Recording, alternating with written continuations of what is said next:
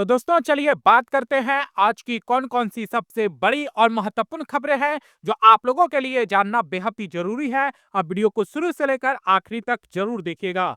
मोदी जी ने किया है ट्रंप का गाजी शांति योजना की तारीफ, कहा यह सबसे बड़ा मोड़ है। ट्रंप ने 20 पॉइंट प्लान पेश किया जहां मोदी जी बोले यही है सही रास्ता।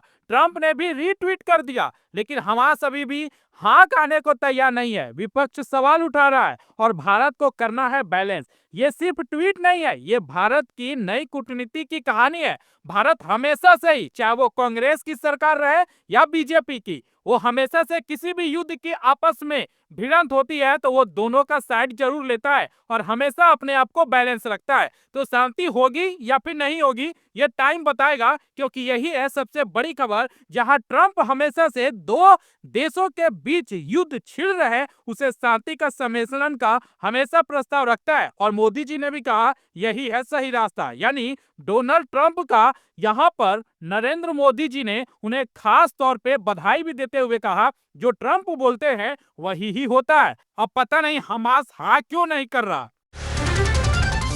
युवाओं के लिए मोदी सरकार का मेगा धमाका आ गया है।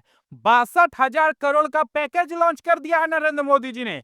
आईटीआई कॉलेज होंगे अब मॉडर्न, 1200 स्किल लैब्स पूरे देश में छाए रहेंगे। बिहार को नया एनआईटी कैंपस और स्टूडेंट को ब्याज मुक्त बनाना और लोन दिलवाना है। अब युवाओं के सपने को मिलेगी असली उड़ान। ये है यूथ पावर 2.0 वर्जन जो नरेंद्र मोदी जी ने 62,000 करोड़ रुपए का पैकेज लॉन्च किया है सिर्फ और सिर्फ एजुकेशन सेक्टर के लिए। दोस्तों बॉक्स ऑफिस पे धमाका मच चुका है। कंतारा चैप्टर 1 के कर डाला है एक ऐसा तहलका जो पूरे देश में हड़कंप मच गया है। पहले दिन ही 61.85 करोड़ की कमाई कर ली कंतारा चैप्टर 1 ने। दूसरे दिन कुल कलेक्शन 105 में जा पहुंचा। वहीं सनी संस्कारी की तुलसी कुमारी सिर्फ 14.5 करोड़ पे ही अटक गई। स्पष्ट तो यह है इस वीकेंड बॉक्स ऑफिस का असली बादशाह सिर्फ कांतारा है और कोई नहीं। आपका क्या विचार है? आपने अभी तक कांतारा मूवी देखा कि नहीं? नीचे कमेंट करके बताइएगा, क्योंकि भाई रिव्यू बहुत ही खतरनाक मिल रहा है। मध्य प्रदेश और राजस्थान में खांसी की सिरप पीने से अब तक 11 बच्चों की मौत हो चुकी है। मध्य प्रदेश के छिंदवाड़ा में 9 बच्चों की मौत हुई, जबकि राजस्थान के भरतपुर और सीकर में 2 बच्चों की जान चली गई। जांच में सिरप में डाइथिलीन ग्लाइकोल जैसे जहरीली रसायन पाए गए। सावधानी बरतना बहुत ही जरूरी है। सिरप का सेवन डॉक्टर की सलाह से ही ले, क्योंकि अब मेडिकल में जाकर सिर्फ यह कह देना कि मुझे खांसी हुआ है दवा दे दीजिए, चाहे वो आप अपने लिए हो या फिर अपने बच्चे के लिए, तो भाई सावधान रहें, क्योंकि डॉक्टर जब तक किसी सिरप का रेकमेंड ना करे आप सिरप मत लीजिए। नहीं तो 11 बच्चों की जो मौत हुई है अगला बच्चा आपका हो सकता है। सरकारी अस्पतालों से मिलने वाली दवाओं की गुणवत्ता की जांच करना बहुत जरूरी हो गया है और सरकार ने जांच शुरू भी कर दिया है। बच्चों को बिना डॉक्टर की सलाह कोई दवा न दें, ऐसा सभी लोगों से अपील की जा रही है। आरबीआई का नया नियम आ गया है। अब हर घंटे चेक क्लियर होंगे। अब 1 से 2 दिन का इंतजार भी नहीं करना पड़ेगा।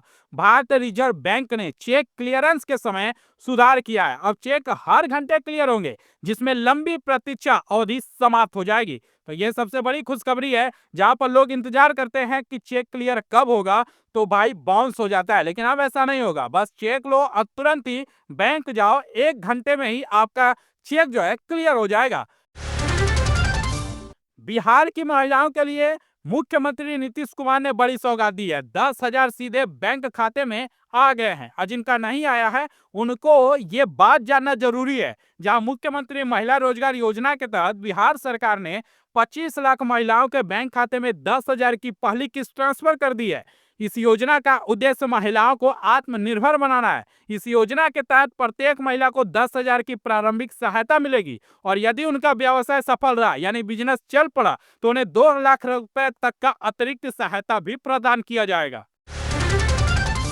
बरेली हिंसा पर ओवैसी का बड़ा बयान है। भारत में आई लव मोदी कहना बहुत ही आसान है, लेकिन आई लव मोहम्मद कह देना यह बहुत ज्यादा मुश्किल पड़ गया है मुसलमानों को। ऑल इंडिया मजलिस ए इत्तेहादुल मुस्लिमीन यानी कि AIMIM के प्रमुख असदुद्दीन ओवैसी ने बरेली हिंसा पर प्रतिक्रिया व्यक्त करते हुए कहा कि इस देश में आई लव मोदी का ना ये स्वीकार है, लेकिन आई लव मोहम्मद का ना ये आपत्तिजनक भाई क्यों है।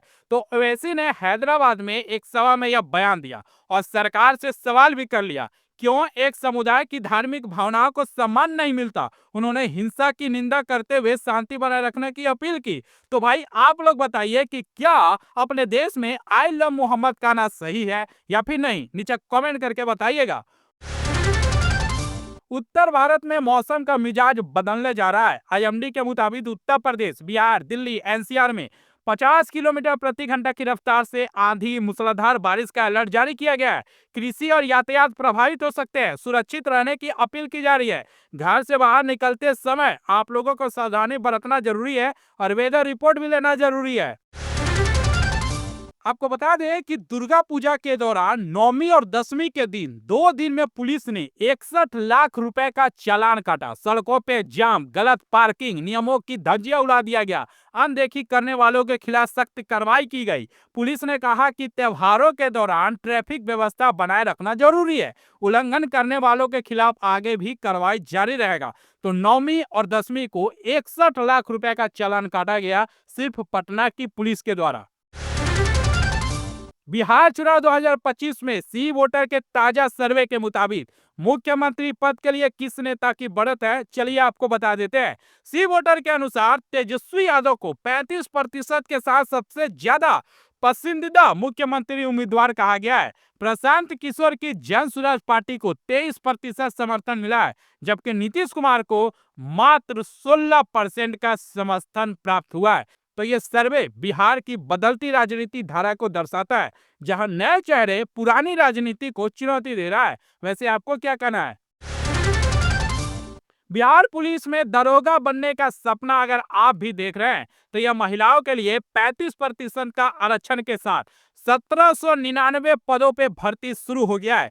बिहार पुलिस अवर सेवा आयोग यानी बीपीएसएससी ने 2025 के लिए सब इंस्पेक्टर यानी एसआई की कुल 1799 पदों की भर्ती का नोटिफिकेशन जारी हो चुका है। आवेदन की प्रक्रिया पिछले महीने से ही शुरू हो गया है और ये इस महीने 26 तारीख तक 2025 तक चलेगा। तो 26 तारीख से पहले जल्दी से आवेदन कर लें। महिलाओं के लिए 1614 पद आरक्षित किया गया है, रिजर्वेशन दिया गया है, जो कुल पदों का 35% है। तो ये आरक्षण केवल बिहार की स्थायी निवासियों के लिए है। तो ये सबसे बड़ी खुशखबरी है। गाजा में युद्ध के बीच महिलाओं के साथ अपमाननीय बर्ताव के लिए दिल दहला देने वाला रिपोर्ट सामने आया है। रिपोर्ट के अनुसार गाजा में महिलाओं से भोजन के बदले यौन शोषण की घटनाएं बढ़ गई है। ये मानव अधिकारों की गंभीर उल्लंघन है। संयुक्त राष्ट्र और मानव अधिकार संगठन इस पर कड़ी निंदा कर रहे हैं और दोषियों के खिलाफ सख्त कार्रवाई की मांग कर रहे हैं। तो सोचिए गाजा के महिलाओं के साथ क्या कुछ हो रहा है। माने आटा के बदले अपने शरीर का यौन शोषण करवाना पड़ रहा है। तो ये कितनी गंभीर बात है और इन दोषियों को खिलाफ क्या सख्त कार्रवाई होना चाहिए, आप लोग खुद तय करें। मजदूरों के लिए खुशखबरी है। अब लेबर कार्ड धारकों को मिलेगा 18,000 की सीधी आर्थिक सहायता। 2025 से लागू इस योजना के तहत पंजीकृत श्रमिकों का सालाना 18,000 तक का लाभ मिलेगा। आवेदन की प्रक्रिया शुरू हो गया है, तो जल्दी करो, नहीं तो बाद में आपको भी पछताना पड़ सकता है। आवेदन के लिए श्रमिकों को संबंधित श्रम विभाग के वेबसाइट पर जाकर आवेदन करना होगा, जो ऑनलाइन है।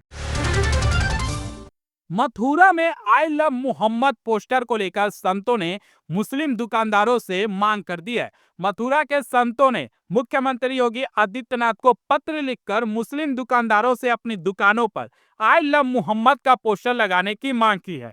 उनका कहना है कि इससे हिंदू ग्राहक आसानी से पहचान कर सकेंगे कि कौन सी दुकान मुसलमानों की है और कौन सा हिंदू की। संतों का मानना है कि इस कदम से हिंदू ग्राहक अपने धार्मिक मान्यताओं के अनुसार खरीदारी भी कर सकेंगे और खाद्य सामग्री की स्वच्छता पर ध्यान भी दिया जा सकेगा। तो वैसे आपको क्या लगता है कि ये जितने संत महाजन हैं, ये आई लव मोहम्मद मुसलमानों के दुकानों पर लिखवा कर रखना, ये इनकी प्राथमिकता बताया जा रहा है कि ये लिखा होना जरूरी है, जिससे हिंदू समझ सके कि किसका दुकान मुसलमान का है और किसका हिंदू का है। पाकिस्तान के पेशावर में हुए एक बम विस्फोट में 9 लोगों की मौत हो गई, जबकि 4 पुलिसकर्मी घायल हो गए। पेशावर के बानी मारा इलाके में ये धमाका हुआ। प्रारंभिक जांच से पता चला है कि बम पुलिस वाहन के मार्ग पर लगाया गया था। पुलिस अधिकारियों ने बताया कि घायलों के हालत गंभीर है और उन्हें नजदीकी अस्पताल में भर्ती कराया जा रहा है। और पाकिस्तान कहते हैं कि हमें कश्मीर चाहिए। भारत ने ऑपरेशन सिंदूर में पाकिस्तान के F-16, JF-17 विमान नष्ट कर दिए। पाकिस्तान के वायु सेना को बड़ा झटका लगा, जहां भारतीय वायुसेना प्रमुख air chief marshal AP Singh ने पुष्टि करके ये कहा कि मई 2025 में जब सिंधु ऑपरेशन हुआ था तो भारत ने पाकिस्तान के 5 लड़ाकू विमान, जिनमें से F-16 और JF-17 शामिल हैं, उनको नष्ट किया गया था। इस ऑपरेशन में पाकिस्तान के 4 रडार, 2 कमांडर सेंटर और 1 C-130 परिवहन विमान भी नष्ट किए गए, जिसमें पाकिस्तान की वायु रक्षा प्रणाली को भी भारी नुकसान हुआ।